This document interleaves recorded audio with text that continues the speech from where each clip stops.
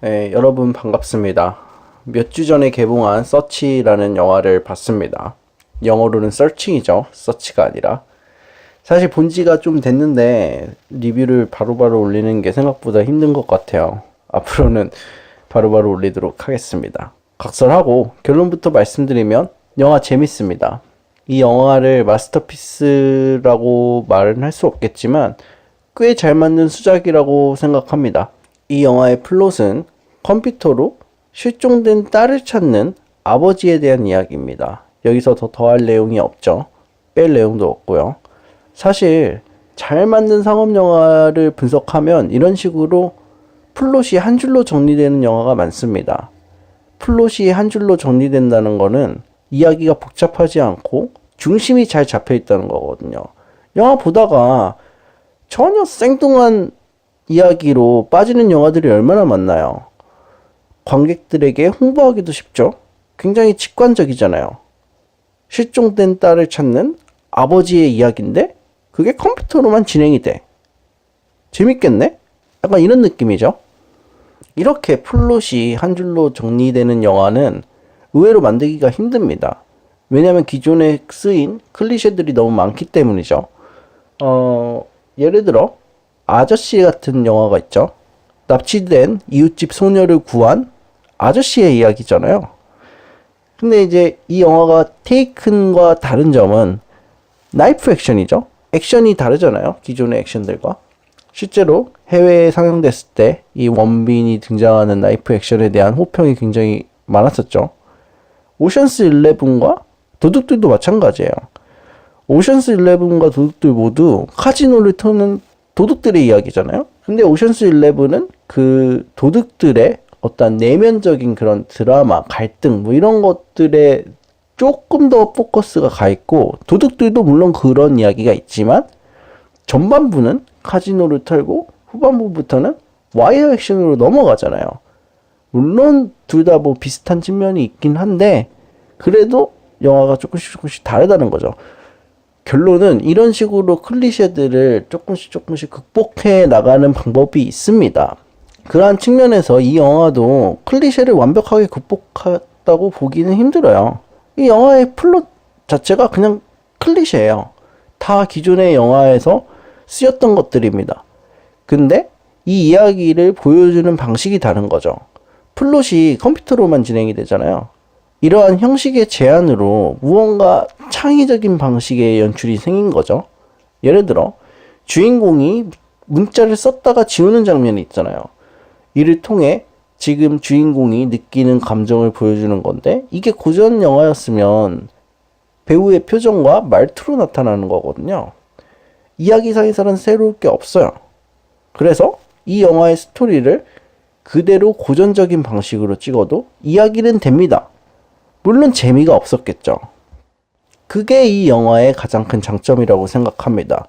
컨셉과 기획이 매우 훌륭한 영화입니다. 스토리에서 새로운 거를 시도하기가 어려우니까 형식을 바꾼 거잖아요. 같은 이야기라도 보여주는 방식이 다르니 얼마나 재밌나요?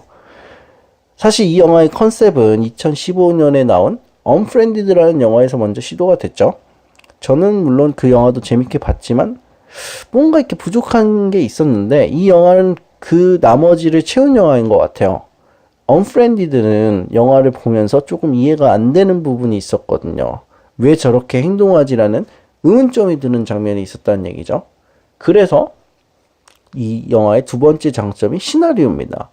아니 방금 전에는 이야기가 클리셰라면서 시나리오가 좋다는 게 무슨 말이냐라고 할 수 있었는데 저는 아무리 클리셰라도 이렇게 짜임새 있게 구성이 괜찮은 시나리오를 쓰는 것도 좋은 시나리오라고 생각합니다. 영화의 모든 장면과 사건의 복선이 있죠. 한 장면도 뜬금없이 나온 장면이 없습니다. 영화를 보면서 주인공이 왜 저렇게 행동하지라는 의문점이 드는 장면이 없죠. 예를 들어 아빠가 딸이 납치당한 걸 알게 되면 제일 먼저 하는 행동이 뭔가요? 경찰에게 신고하는 거죠. 그 다음은요. 발로 뛰어다니면서 딸이 갈 만한 장소를 직접 찾아다닐 겁니다. 급하니까요. 마음이 급하잖아요. 근데 이 영화는 발로 뛰어다닐 수가 없잖아요. 형식을 컴퓨터로 한정 지었으니까요. 딸이 납치당했는데 아버지라는 사람이 컴퓨터 앞에만 앉아 있는 게 그게 말이 되나요? 뭐 그런 의문점이 들 수 있었을 법한 영화인데 이 부분을 잘 극복을 한 것 같아요. 작중에서 형사가 발로 뛰는 거는 자신이 할 테니 딸의 친구들에 대한 조사를 아빠가 해달라고 하죠. 사실 생각해보면 발로 뛰는 거는 별로 효율성이 없는 것 같아요. 요즘 같은 시대에서 페이스북으로 조사하는 게 더 효율적일 수도 있어요. 근데 영화에서 그게 나오면 뭔가 주인공의 간절함이 부족해 보일 것 같아요. 그래서 이 영화에서는 단순히 형식의 한계 때문에 아버지가 컴퓨터에 앉은 게 아니라 조사의 효율성을 위해서 작중 인물의 말을 빌려서 아버지가 컴퓨터에 앉은 겁니다. 상당히 타당한 이유죠. 연출은 매우 좋았고요. 연기나 촬영은 이 영화에서 그렇게 중요한 게 아닌 것 같아서 굳이 언급하지 않겠습니다. 그것보다도 이 영화 보고 가장 크게 든 생각이 왜 우리나라에서는 이런 영화를 안 만들까라는 생각이에요. 사실 서치는 할리우드 독립영화죠. 블록버스터가 아닙니다. 상당히 저예산으로 만든 영화인데 사실 영화 시장 크기를 생각하면 우리나라가 이런 영화를 만들어야 되는 거예요. 시장 사이즈도 훨씬 작은 한국 영화가 미국 영화보다 더 새로운 것을 시도하지 않는 게 좀 안타까웠어요. 요즘 한국 영화를 보면 알고 보니 이거였는 줄 알았는데 그게 아니고 이거였는 줄 알았는데 또 그게 아니고 이거였네? 이런 식의 반전에 반전에 반전에 반전을 연 영화가 너무 많잖아요. 억지 반전이죠. 이런 영화들은 관객들에게 혼란을 줄 뿐만 아니라 영화 끝나고 잘 따지고 보면 아예 말이 안 되는 경우가 대반이거든요. 간단한 플롯의 이야기로 영화를 만들기가 어려우니까 그러는 거라고 생각을 해요.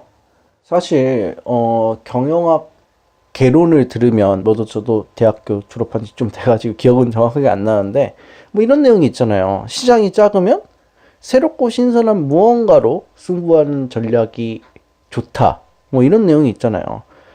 삼성이나 뭐 LG 이런 회사들이 세계적인 대기업이 될 수 있었던 것도 다 이런 전략의 일환이었잖아요. 소니가 세계적으로 엄청 잘 나갈 때 삼성이 비교적 빠르게 다른 회사의 제품들을 카피하고 혁신을 통해 세계적인 대기업이 될 수가 있었던 거잖아요. 저는 영화도 마찬가지라고 생각을 해요. 우리나라 영화 사이즈를 봤을 때 우리나라에서 반드시 서치 같은 영화를 했어야 되는 건데 사실 실질적으로는 미국이 하고 있으니 이게 참 안타깝습니다. 리뷰 들어주셔서 감사하고요. 저는 다음 리뷰 때 뵙도록 하겠습니다. 감사합니다.